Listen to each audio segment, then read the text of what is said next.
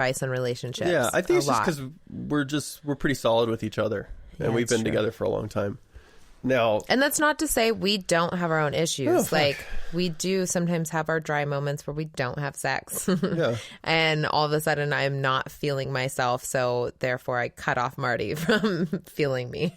Yeah. And that can be hard to come back from, but you have to, it's almost like you have to swallow your own pride. Like, I have to know that I cut you off in some way, or I cut myself off in some way. Mm-hmm. And then I just have to slowly work my way back into it and realize we both were in a weird spot for whatever reason. It's hard to look at things subjectively, but often I'll see, that I'm not carrying my weight in emotion and just like in helping out doing stuff. Well, and that's a big thing too. So like, me from you, like what I need from you most of the time, because I love cleaning.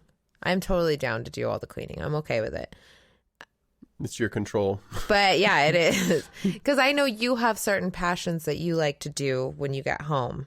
And so there's certain stuff that you like to do. I like to make sure our house is clean. I like to make sure the fucking couch is vacuumed before I sit on it for 4 hours. Yeah. Like, and you make this freaking house a nice kind of ass a weirdo. home.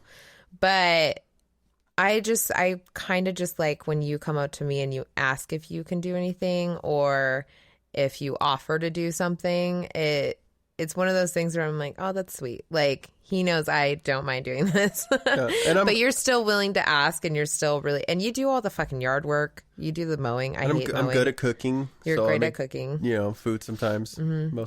Not most of the time. But when you cook, you do pretty great. Thanks. And you take out the trash. You do a lot of little things that I don't do.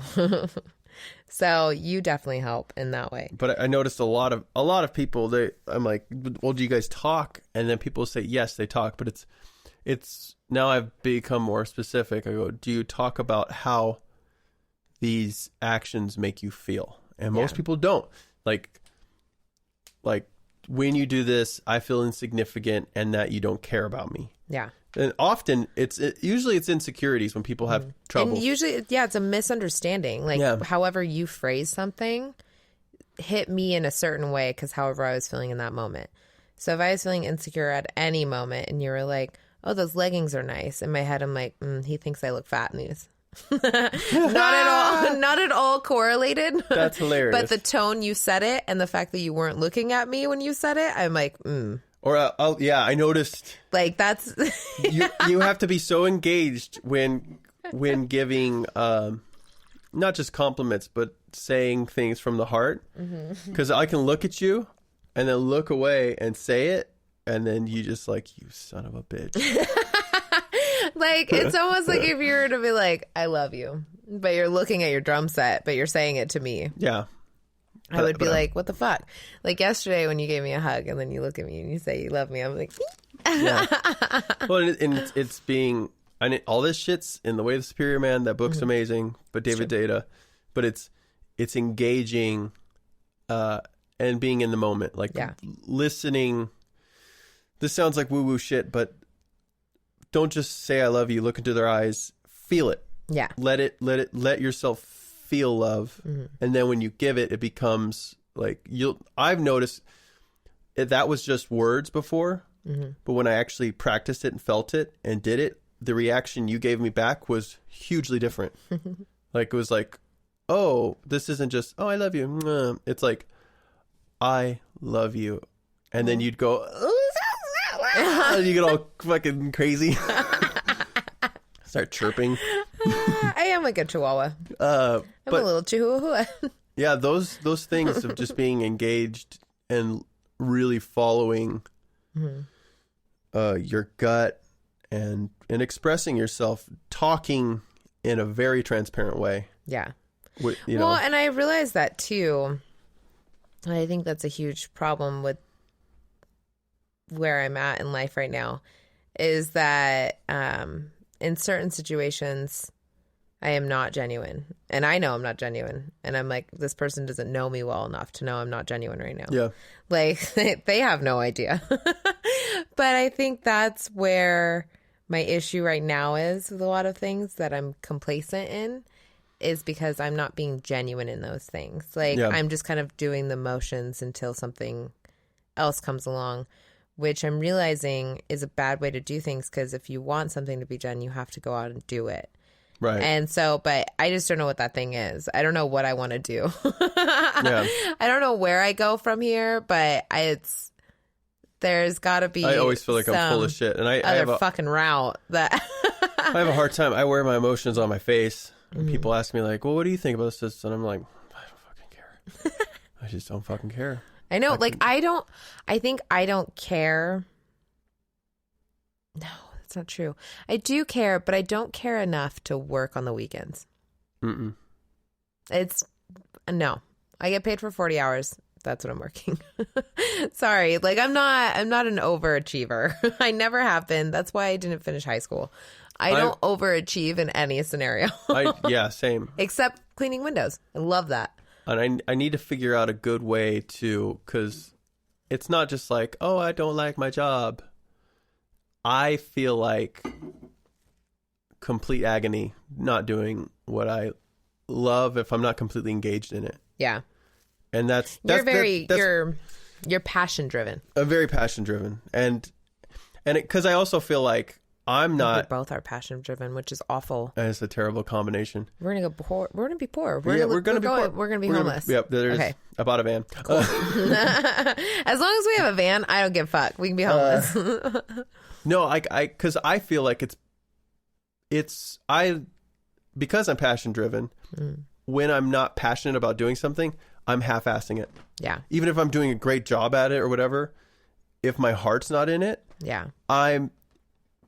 I'm not giving a fair amount to it, because I know I have so much more potential. Yeah. And because of that, it is fucking agonizing, and the thought of doing it makes me have anxiety, and it makes me sad.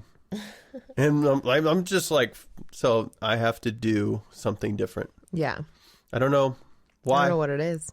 I don't know why that is, but you just have to. I have to be true to that, because that other shit's bullshit. I mean, taking risks is that's where it starts. Yeah. You have to, I don't know. I feel like you should always submerge yourself in what you feel most uncomfortable in, which is funny because I would never do that to myself. But I give that advice a lot to people, and it's true. I think everyone should do that. Do I do it? No. But every time I've done that, it leads to something better. Yeah. Or you learn something. Yeah, anytime I've jumped off the edge, then that's why it's so weird to me, because I do this all the time, and this is probably my fault with myself. Yeah. Or not my fault, but it's my fault line. This is what could either make or break me, is that every time I've jumped off the edge. Yeah. Totally fine. But then when I'm in a comfortable zone, it is so hard for me to even think about being uncomfortable. Oh, there's a good saying. There's complacency is the killer of... Where's my phone? There's a saying. I love it, and I can't think of it right meow. Because it's it is 100%. Every time I fucking have done it, it either doesn't work out great, and I end up changing it because I don't like it so much. Or I end up getting into something that I'm comfortable with, and I stay there for way too long. Yeah. And I know with the job that I've taken and the job that I've been doing in the last year and a half has shown me so much of what I'm capable of doing and how I want to do things with whatever next position I get. What that position is, I have no idea. I do feel like I'm really intrigued, because I've always been intrigued by psychology. Yeah. From when I was little to now. It's mind-boggling to me. And the brain is an insane thing. But the kind of psychology I do, or what I would want to do, would be very dark. Well, does that make sense? Yeah. I feel like I would go into a real dark area, but I'd be so passionate about it. And so that would be the type of job that I would want to do more than 40 hours a week, which is dissect someone's personality that's in prison or a mental home, something like that.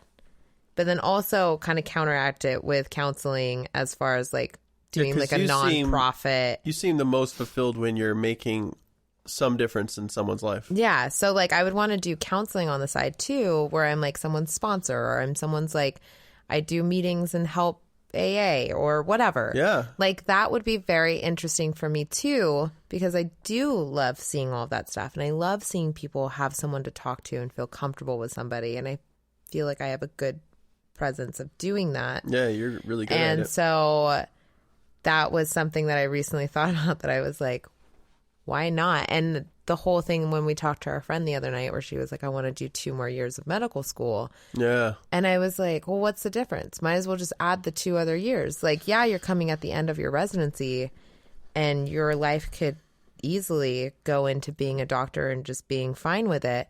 But you want to go into something deeper. Mm-hmm. What's another 2 years? Yeah. Like, and then to me, it's like, I always say that, and I'm like, well, then what's the point of me not going back to school and spending 4 years doing something? Like, why haven't I done that? Like, I haven't put that together, but now I feel like it's a little more feasible. Yeah. Because things are going a lot to online because of this whole pandemic situation. Yeah. And I bet a lot of tuitions are going to start going down. Exactly. You can't charge $50,000 a year for some online class. Exactly. So I'm like, if there is a feasible way for me to go to school and still make a living somehow, yeah, whether I'm bartending or whatever, I don't care. The fact is that I should just go back to school and actually go for what I want to go for. It's 4 years. Like, in 4 years, that could all change. And you see people every day have kids and still go to school. You like, people make it work if you are passionate about something. Yeah. And that is one thing that I've realized I'm passionate in, is I want to help people. I don't want to be dirty, but I want to help people. Yeah. Like, but I also want to fucking get into the minds of like serial killers and shit too, because I'm interested in that shit. Like, I want to know. Do you actually want to do that? Yeah. Like, I think it'd be so fucking. You know who my favorite character was growing up was fucking Chelsea in. Or Clarice, sorry, Chelsea. Clarice in Hannibal. Oh, yeah. She was my favorite. I was like, if I could have that job, that'd be sick as fuck. To be talking to someone creepy as fuck. And then like, but on the weekends, like, help in other ways. You know what I mean? Yeah. So like, you get like the positive too, but then you're also, or like, I mean, it could just open so many doors. There's so many things you could do with it. Yeah, I think if you could just figure out what... And even if I can get is, and then just go for that. Like, if I could get some sort of minimal degree to get me started at least, or like some sort of minimal certification to at least get me started in the counseling side of things, where I'm just helping and I would even volunteer at that point just to get my feet wet and see and make sure. But I would just love to go into that. I think it'd be really crazy. I'm sure it'd be hard. I'm sure there'll be negative days. Yeah. Sure, there's tons of times where you cry. But I also think there's a lot more rewarding times too that overpower that.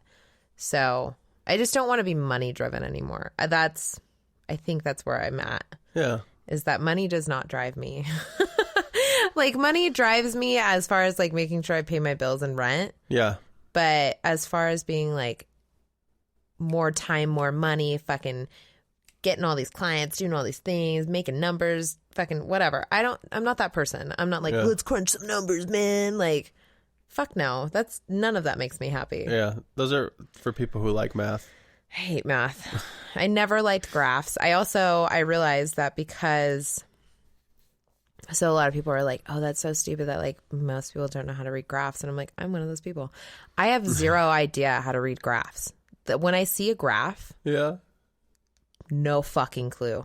When I did my GED testing, I surpassed all of my grades in the fields that I didn't like. English, fucking rocked it. Yeah. Science, rocked it. History, rocked it. You did great. Math, barely. Like, I think I was 2 points over like the passing grade because I fucking hate math. I don't know fractions. I don't know how to say fractions. I don't even know how to say things when I'm looking at measuring cups. I always have to ask you. I'm like, this is 1/3, right? Like, because I'm going to sound like a fucking idiot.